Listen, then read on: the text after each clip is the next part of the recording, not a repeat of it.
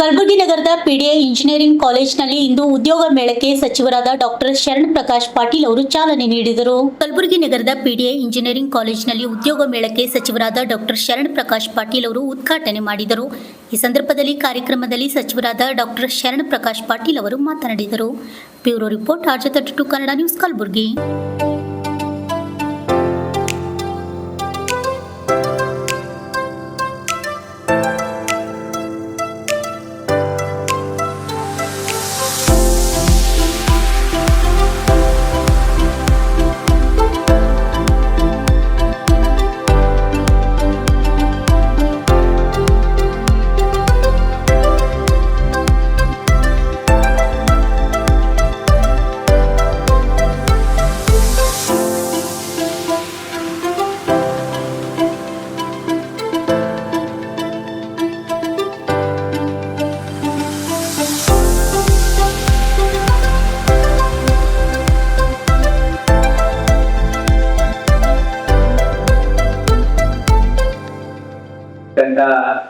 ಹೈದರಾಬಾದ್ ಕರ್ನಾಟಕ ಶಿಕ್ಷಣ ಸಂಸ್ಥೆಯ ಉಪಾಧ್ಯಕ್ಷರು ಆತ್ಮೀಯರಾಗಿರ್ತಕ್ಕಂಥ ರಾಜ ಬಿಮ್ಮಡಿ ಅವರೇ, ಕಾರ್ಯದರ್ಶಿಯಾಗಿರ್ತಕ್ಕಂಥ ಉದಯ್ ಅವರೇ ಮತ್ತು ಮುಖ್ಯ ಕಾರ್ಯನಿರ್ವಾಹಕ ಅಧಿಕಾರಿಗಳು ಜಿಲ್ಲಾ ಪಂಚಾಯತ್ ಕಲಬುರಗಿ ರಾಹುಲ್ ಸಂತೂರ್ ಅವರೇ ಮತ್ತು ಪ್ರಿನ್ಸಿಪಲ್ ಆಫ್ ನಮ್ಮ ಇಂಜಿನಿಯರಿಂಗ್ ಕಾಲೇಜು ಮತ್ತು ಎಲ್ಲ ಇಲ್ಲಿ ಬಂದಿರ್ತಕ್ಕಂಥ ಎಲ್ಲ ಆತ್ಮೀಯ ಬಂಧುಗಳೇ, ಇವತ್ತು ಬಹಳಷ್ಟು ಉದ್ಯೋಗಾಕಾಂಕ್ಷಿಗಳು ತಾವೆಲ್ಲ ಬಂದಿದ್ದೀವಿ.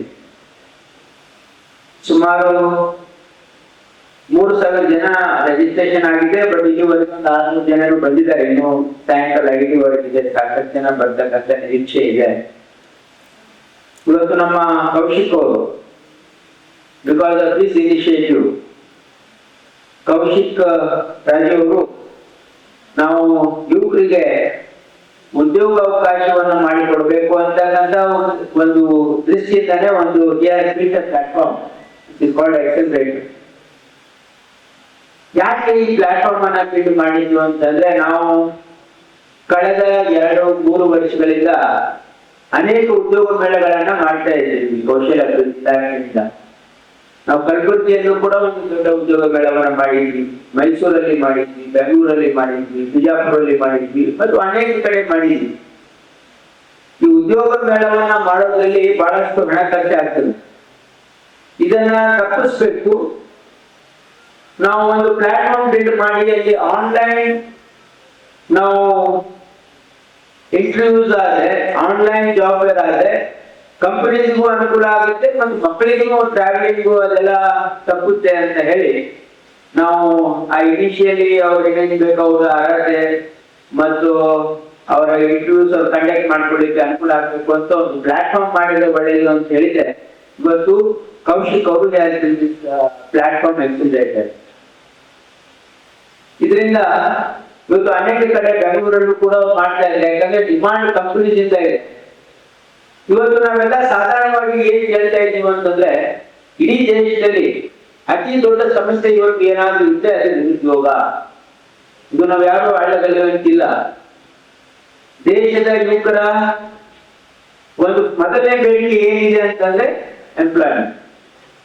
ಇದನ್ನ ಎದುರಿಸ್ತಕ್ಕಂಥದ್ದು, ಇದನ್ನ ಈ ಸಮಸ್ಯೆಗೆ ಪರಿಹಾರ ಮಾಡ್ತಕ್ಕಂಥದ್ದು, ಇದಕ್ಕೆ ನಾವು ಒಂದು ಉಪಯೋಗ ಮಾಡಬೇಕು ಅಂತ ಹೇಳಿನೇ ನಮ್ಮ ಸರ್ಕಾರ ನಾವು ಯುವಕರ ಒಂದು ಹಿತದೃಷ್ಟಿಯಿಂದ ಇವತ್ತು ನಾವು ಅವರಿಗೆ ಉದ್ಯೋಗ ಕಲ್ಪಿಸಿಕೊಡ್ತಕ್ಕಂಥ ಪ್ರಯತ್ನ ಮಾಡಬೇಕು ಅಂತಕ್ಕಂಥದ್ದು ನಮ್ಮ ಸರ್ಕಾರ ಕಳೆದ 3 ವರ್ಷದಲ್ಲಿ ಅನೇಕ ಉದ್ಯೋಗ ಮೇಳಗಳನ್ನ ಮಾಡಿದ್ವಿ. ಕರ್ನಾಟಕ ರಾಜ್ಯ ಬೇರೆ ರಾಜ್ಯಗಳಿಗೆ ಹೋಲಿಸಿದ್ರೆ ಬಹಳ ಒಳ್ಳೆ ಉತ್ತಮ ಸ್ಥಿತಿಯಲ್ಲಿದೆ. ಆದ್ರೂ ಕರ್ನಾಟಕದಲ್ಲೂ ಕೂಡ ಸಾಕಷ್ಟು ನಿರುದ್ಯೋಗ ಇದೆ.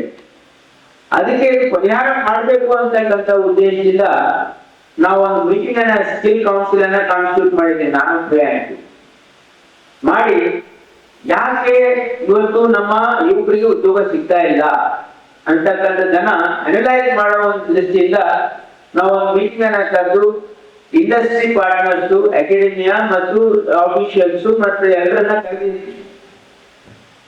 To our surprise what you need to know there, ಅಲ್ಲಿ ಏನಾದ್ರು ಹೇಳಿದ್ರು ಅಂದ್ರೆ there are a lot of jobs what the industries are claiming is, we want people, but the appropriate skill is not there. The students who are passing out from various engineering colleges, diploma colleges, and various other degrees, you see, this is not matching with our requirement in the industry. That's what they are telling.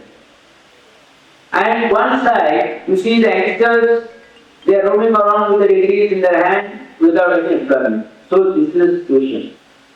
So definitely, now we can't say today is an example where more than 3,000 jobs have been offered. This initiative is by the company.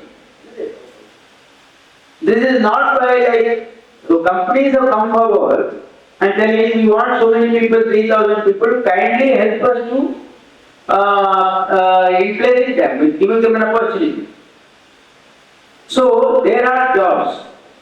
Why I am addressing you all today is there are jobs. For instance, my message is there are jobs. But you need to be ready to take that.